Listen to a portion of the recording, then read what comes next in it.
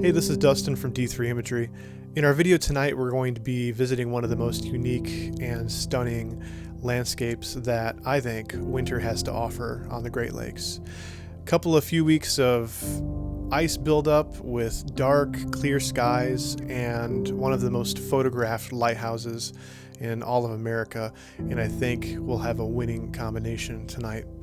We'll be visiting Point Betsy Lighthouse, which is located a little north of Frankfort, Michigan, and it's directly on Lake Michigan. As I think you'll see, this location just abounds with compositional possibilities, almost to the point where it could be a little bit overwhelming.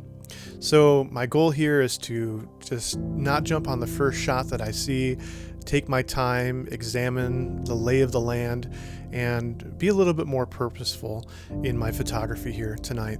So if you end up enjoying this video, be sure to like it. I would be honored if you were to subscribe. And let's just go out for another great night under the stars at Point Betsy Light. I like to call it chasing the ice.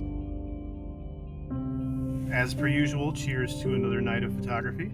Winters in Michigan feel long, but truly there's only a small window of time where photographers can catch the perfect icescape. With temps predicted at nearly 50 degrees the next day, I knew that this was the night that I needed to get out. So we made it out here at Point Betsy Light, and it's about midnight. A blustery 32 degrees with the wind chill. It's a bit colder than that though. Not quite warm enough to have the gloves off, but Point Betsy Light is a very special place with a very unique winter ice wonderland type of feel. And part of that is exciting, but at the same time, you have to be a lot more deliberate, a lot more judicious about your choice of composition. The moon rises starting at about 1:30 this morning, so I have about an hour and a half to figure out what I want my composition to be. The sky is supposed to be clear for the next several hours as well. I guess the anxiety that I feel isn't as much over clouds at the moment as it is just finding a composition, because again, there's just so many choices. I'm going to go ahead and take some time here to really feel out the landscape. I'm going to leave the camera, just take my flashlight and try to take my time. Picking a shot was not easy. Photographing complex and difficult terrains such as icescapes comes with many challenges. After trying a number of different compositions that night, and even some light painting, I settled on a scene just before the moon began to take over the night sky. After a couple of hours of just trying to get a composition, I think I finally have settled on one, and that would be natural framing. These two trees right here, these trees on the left, this tree on the right, covered in ice. This seems to have some of the best ice landscapes that I found around this area, and I'm particularly fond of these icicles that are hanging off of this structure right here. To me, this seems to really best tell the story about this landscape.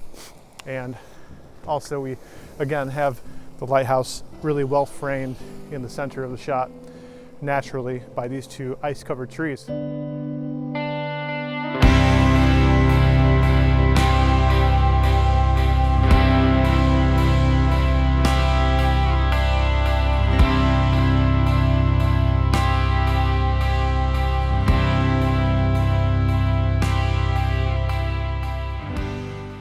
Spent about 2 or 3 hours out there sliding around on the ice. Fell a couple times. I mean, fell pretty badly too. I'm going to be pretty sore tomorrow, but you can't really ask for better than a night with clear skies in a unique place. This place is just like covered in ice. It's unreal. Not a lot of places that have this type of a look. I know everywhere is unique, but this place is a special place to come to at night. Really almost like majestic, in a way. But not a lot of people come through here on accident. And even during the daytime, a lot of times you feel like this place is just your own personal playground. Shooting at night, it's a very quiet, introspective It's almost like a sacred thing for me.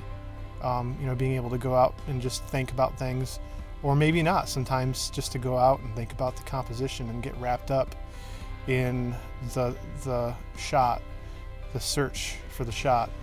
And tonight was very satisfying in that respect. I hope I have something to take away from Point Betsy Light at night that others will enjoy and maybe inspire them to go out and do something cool like this too.